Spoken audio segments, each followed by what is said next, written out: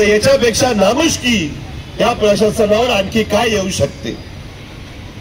आज आम्ही सगळीच मंडळी, माझ्या माता भगिनी असेल, माझे तरुण कार्यकर्ते माझ्यासोबत आलेले आहे, जेव्हा सकाळी कामाला जातील,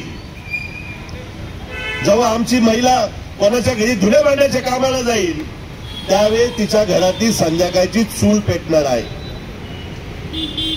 प्रत्येक दिवसाला संघर्ष आमच्या पहिलीला पूजेला आहे, प्रत्येक मिनिटाला आम्हाला संघर्ष आहे, आम्हाला जगण्याचा संघर्ष, आम्हाला खाण्याचा संघर्ष आहे, आमच्या मुलांचा शिक्षणाचा संघर्ष आहे। आणि या सगळ्या संघर्षाला तोंड देत असताना जर आम्हाला पाण्यासाठी, रस्त्यासाठी, मोकट जनावरांसाठी जर आम्हाला आमचा वेळ या प्रशासनाला जागा करण्यासाठी जर लागत असेल, तर मला असं वाटतं याच्यापेक्षा दुर्दैव या महापालिकेचं नसेल। आज महाराष्ट्रामध्ये आम्ही अनेक महापालिका बघतो, अनेक नगरपालिका बघतो, परंतु अशी परिस्थिती या महाराष्ट्रामध्ये, या नाशिक महापालिकेसारखी परिस्थिती दुसरीकडे नसेल असं मला वाटतं।